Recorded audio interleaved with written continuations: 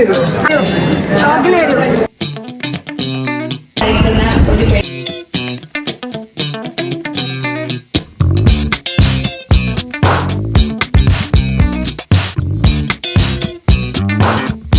Guys, welcome back to my YouTube channel. അപ്പോൾ ഞാനുള്ളത് അഴകൊടി അമ്പലത്തിലാണ് കേട്ടോ.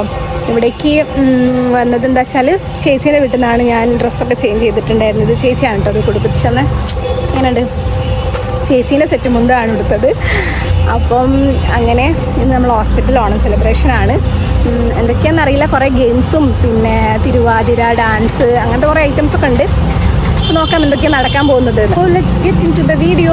ഞാനൊരു ഓട്ടോ ഒക്കെ പിടിച്ചിട്ട് ഹോസ്പിറ്റലിലേക്ക് നേരെ പോയേ. ഞാൻ അവിടെ ചെന്ന സമയത്ത് നമ്മളെ ചേച്ചിമാര് രാവിലെ തന്നെ പൂക്കൾ ഇട്ടുകൊണ്ടിരിക്കുകയായിരുന്നു. ആൻഡ് ഇത് നമ്മളുടെ സ്വന്തം ഓഡിറ്റോറിയാണ്. ഇവിടെ വെച്ചിട്ടാണ് നമ്മളുടെ ഇന്നത്തെ കലാപരിപാടികൾ ഫുള്ള് നടക്കാൻ പോകുന്നത്. പ്രോഗ്രാംസ് ഒക്കെ ഉച്ചയ്ക്ക് ശേഷമായിരുന്നു. ഞങ്ങൾ എല്ലാവരും കട്ട വെയിറ്റിംഗ് ആയിരുന്നു, ഒന്ന് പെട്ടെന്ന് ഉച്ചയ്ക്ക് ശേഷം ആവാൻ വേണ്ടിയിട്ട്. ഇത് നമ്മളുടെ ന്യൂ ബ്ലോക്കിൽ ഇട്ട പൂക്കളാണ്. നമ്മളിപ്പോൾ പോയിക്കൊണ്ടിരിക്കുന്നത് ഫുഡ് കഴിക്കാൻ വേണ്ടിയിട്ടാണ്. വേഗം തന്നെ ഫുഡും കഴിച്ചിട്ട് ഓഡിറ്റോറിയത്തിൽ പോയിട്ട് സീറ്റ് പിടിക്കാന്ന് പറഞ്ഞിട്ട് ഇറങ്ങി ഓടിയതാണ് കേട്ടോ ഞങ്ങൾ ലാബിൽ നിന്ന്. കഴിഞ്ഞ വർഷം ഹോസ്പിറ്റലിൽ സദ്യക്ക് ഉണ്ടായിരുന്നെങ്കിൽ കുറെ നാൾക്ക് ശേഷമാണ് ഇങ്ങനെ ഡാൻസും ഗെയിംസും ഒക്കെ വെക്കുന്നത്. ഹോസ്പിറ്റലിൽ വന്നിട്ടുള്ള ആദ്യ വർഷം മുതൽ തന്നെ ഞങ്ങൾ ആഗ്രഹിക്കുന്ന ഒരു കാര്യമായിരുന്നു ഓണത്തിന്റെ ഇങ്ങനെ സെലിബ്രേറ്റ് ചെയ്യണം എന്നുള്ളത്. ഫൈനലി ഞങ്ങളുടെ ആ ഒരു ആഗ്രഹം അങ്ങനെ സാധിക്കാൻ പറ്റി. ഭാഗ്യത്തിന് ഞങ്ങൾ ചെന്ന സമയത്ത് അവിടെ കുറച്ച് സീറ്റൊക്കെ ഒഴിവുള്ളതുകൊണ്ട് തന്നെ പെട്ടെന്ന് ഇരിക്കാൻ പറ്റി. പിന്നെ അവിടെ ഇരുന്നിട്ട് ഫുഡിനായിട്ടുള്ള കാത്തിരിപ്പായിരുന്നു. പിന്നെതാ ഓരോന്നോരോന്നായിട്ട് വരാൻ തുടങ്ങി. 2 കൂട്ടം പായസവും പിന്നെ കുറെ സൈഡ് ഐറ്റംസ് ഒക്കെ ഉള്ള ഒരു അടിപൊളി സദ്യയായിരുന്നു. ഈ വർഷത്തെ എന്റെ 2ാമത്തെ ഓണസദ്യയാണ് കേട്ടോ ഇത്. ഇത് നമ്മളുടെ സ്വന്തം ശാസകയാണ് കേട്ടോ.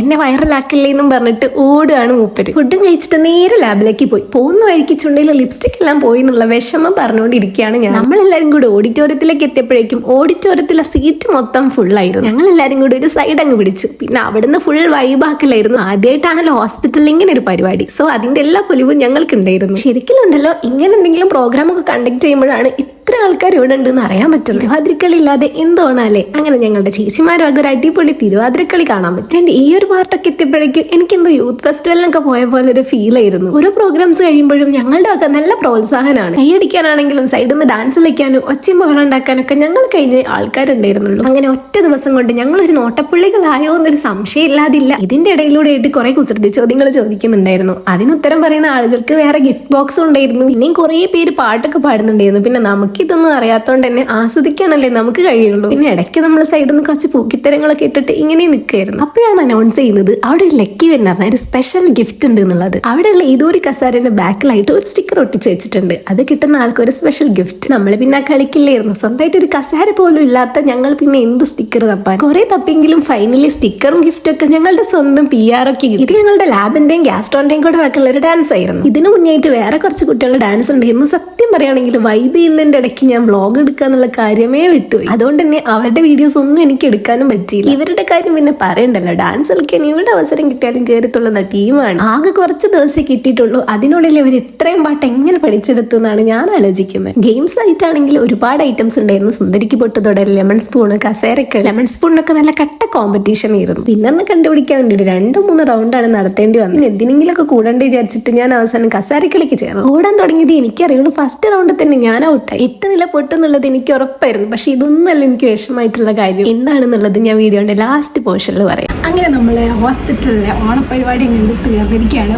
അടിപൊളിയായിരുന്നു. എല്ലാ പ്രോഗ്രാമും ഉണ്ടായിരുന്നു. സദ്യ ഉണ്ടായിരുന്നു, ഡാൻസ്, പാട്ട്, ഗെയിംസ്. അപ്പോൾ ഇന്നത്തെ വിശേഷങ്ങൾ ഇത്രയേ ഉള്ളൂ. വീഡിയോ ഇഷ്ടപ്പെട്ടിട്ടുണ്ടെങ്കിൽ like, share and subscribe. By.